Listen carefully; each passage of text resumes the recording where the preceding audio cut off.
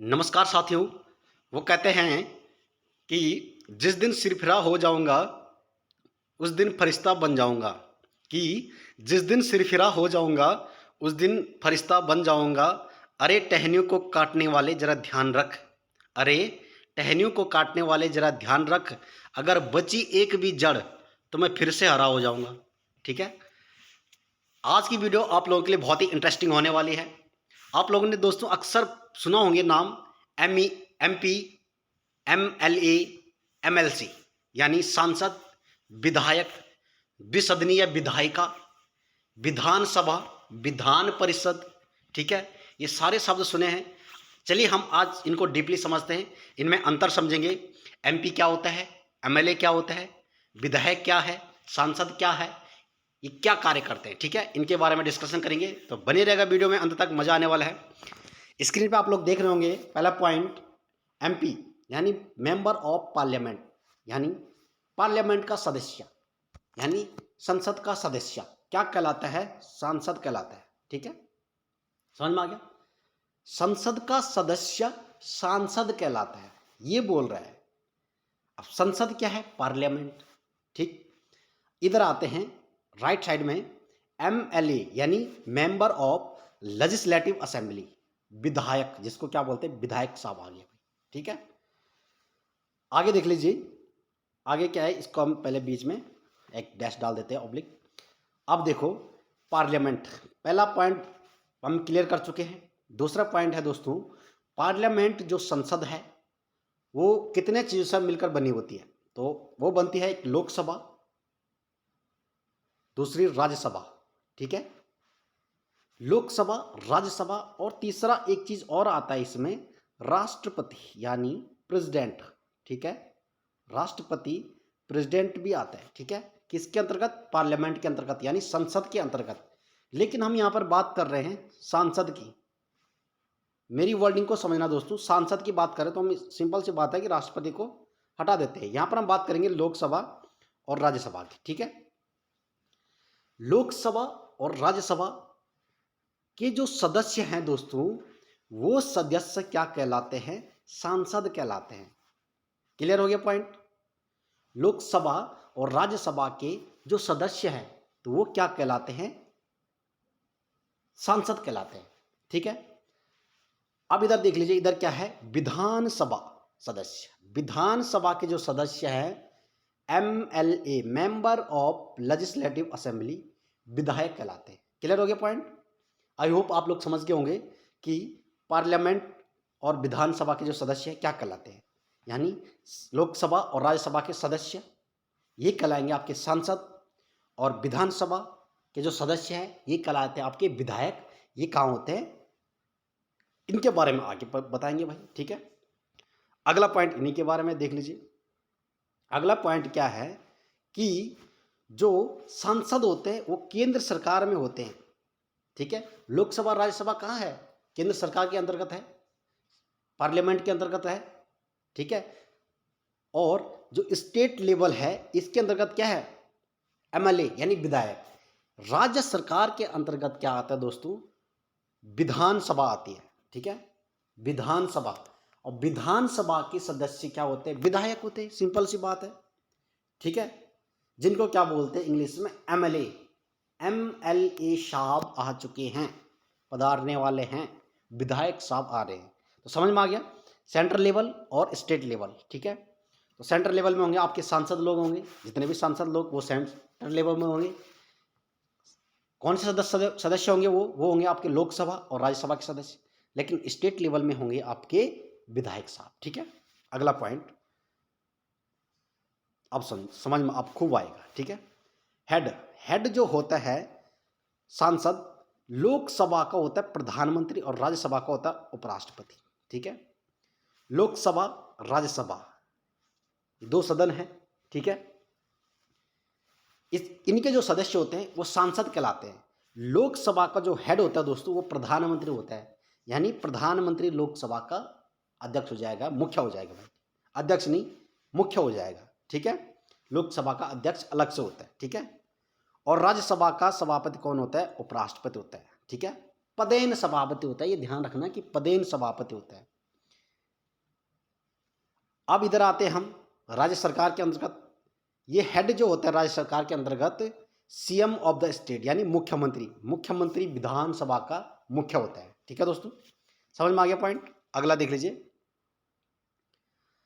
अब इसको समझिए।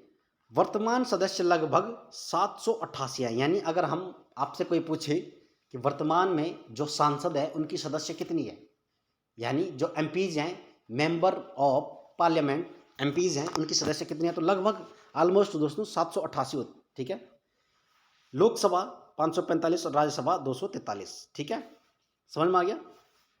तो लोकसभा के कितने हो जाएंगे 545 और राज्यसभा के कितने हो जाएंगे 243 सदस्य। क्लियर हो गया बात। अब ये सांसद समझ में आ गया कि सांसद किनको कहते हैं और ये कहाँ होते हैं। सांसद कहते हैं लोकसभा और राज्यसभा के सदस्य को। ये कहाँ होंगे, आपके केंद्र सरकार के अंतर्गत होंगे। अब इधर समझते हैं राज्य सरकार के अंतर्गत बाई कैमरल लेजिस्लेचर यानी द्विसदनीय विधायिका।